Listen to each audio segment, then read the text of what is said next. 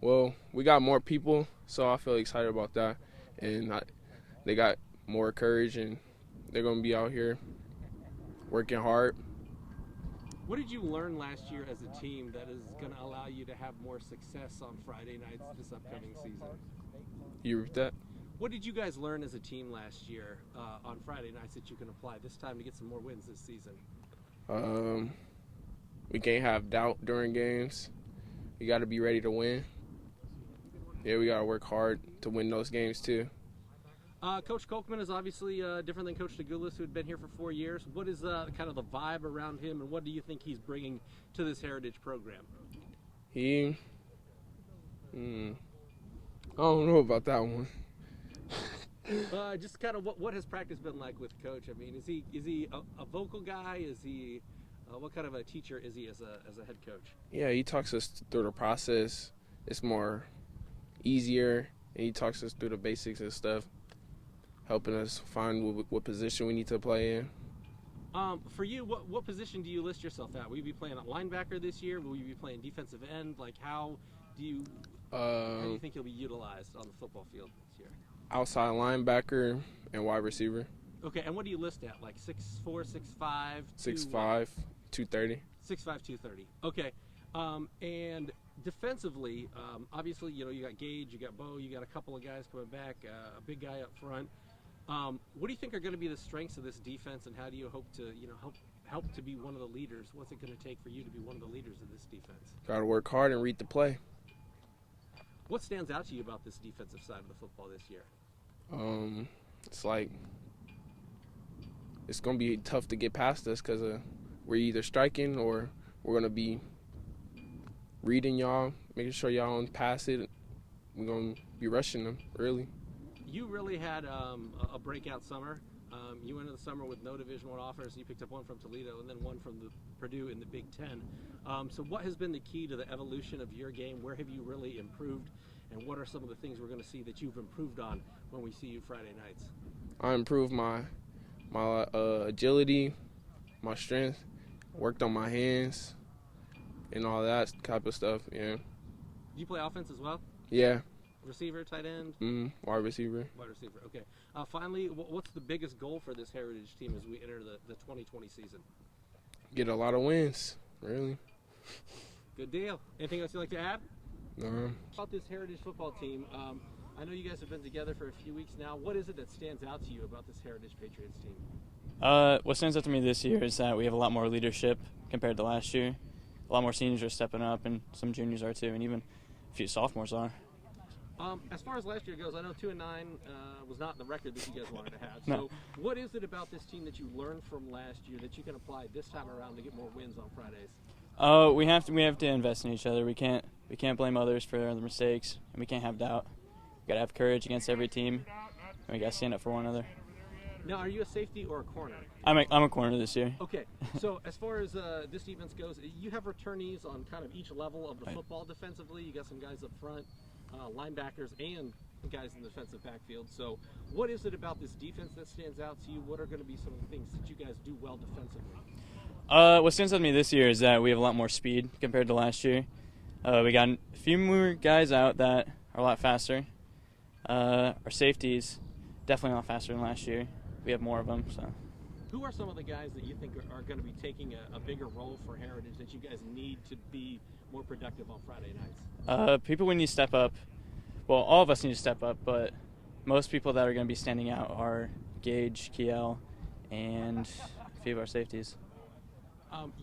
Final question. Coach Kolkman, obviously, in his first season, Coach DeGulis was here for 4 years.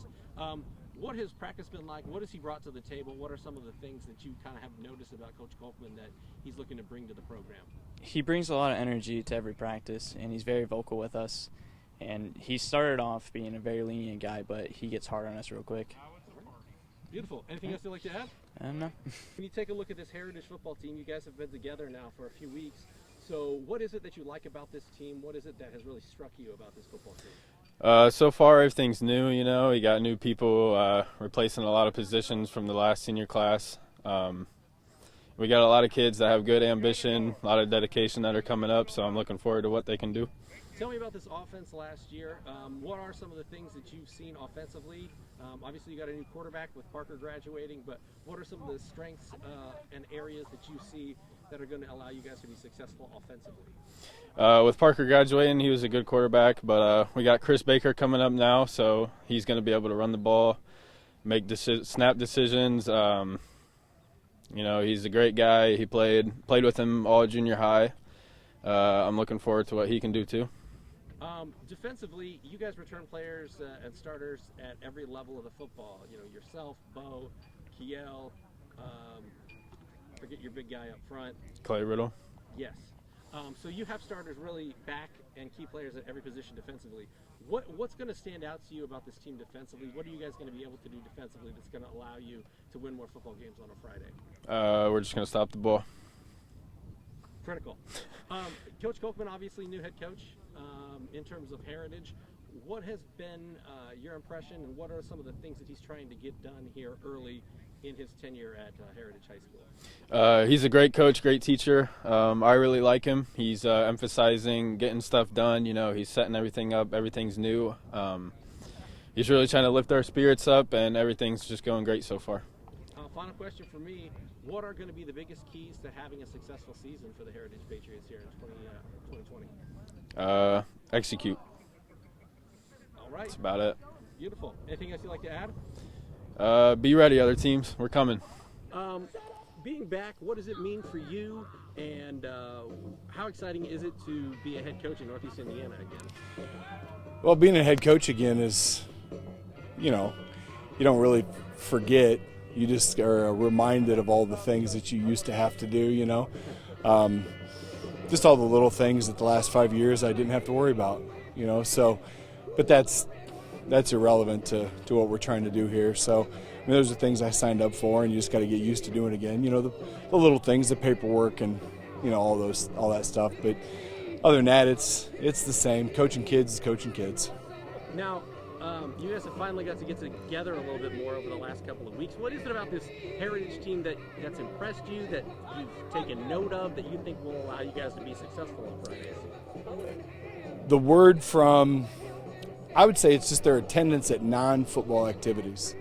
Their attendance at our workouts, the weight room, all those things has been outstanding. And when kids haven't been with us, I've gotten a text from them or mom and dad about, hey, we're on vacation, or hey, he has a baseball game. All those things have been, it's been awesome. And we've had, between football and basketball, we've averaged 50 to 60 guys a night at workouts that don't even involve sport-specific stuff. So that's been the coolest thing. It just tells us that they're hungry. They're ready to work, and they feel like they have a little bit to prove, I think. What is it, X's and O's wise, that you think is going to be a strength of this team as we head forward?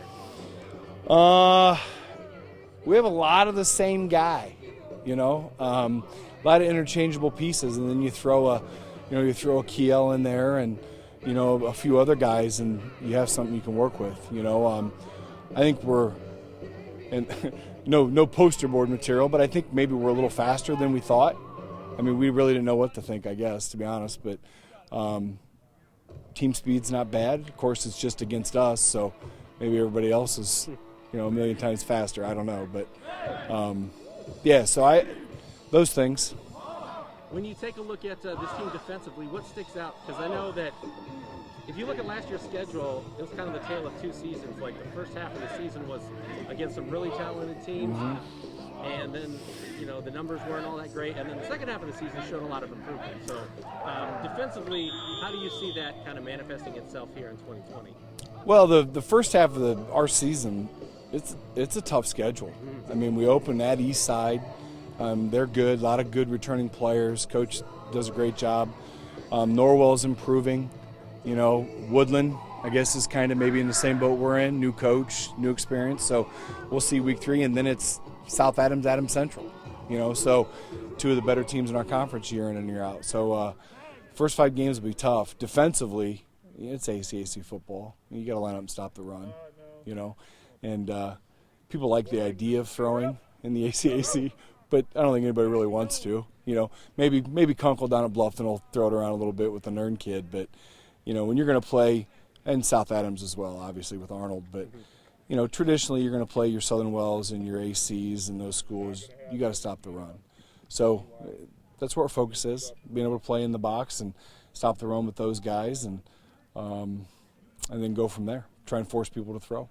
Where are you at offensively? What scheme are you guys running? Is it different than what they've run in years past under Coach Tagulis? And then who are some of the personnel specifically at quarterback? Because Parker Tracy, I feel like, spent about 17 years as a starting quarterback. Yeah, he was one of those guys, right? Yeah. Offense is quite considerably different.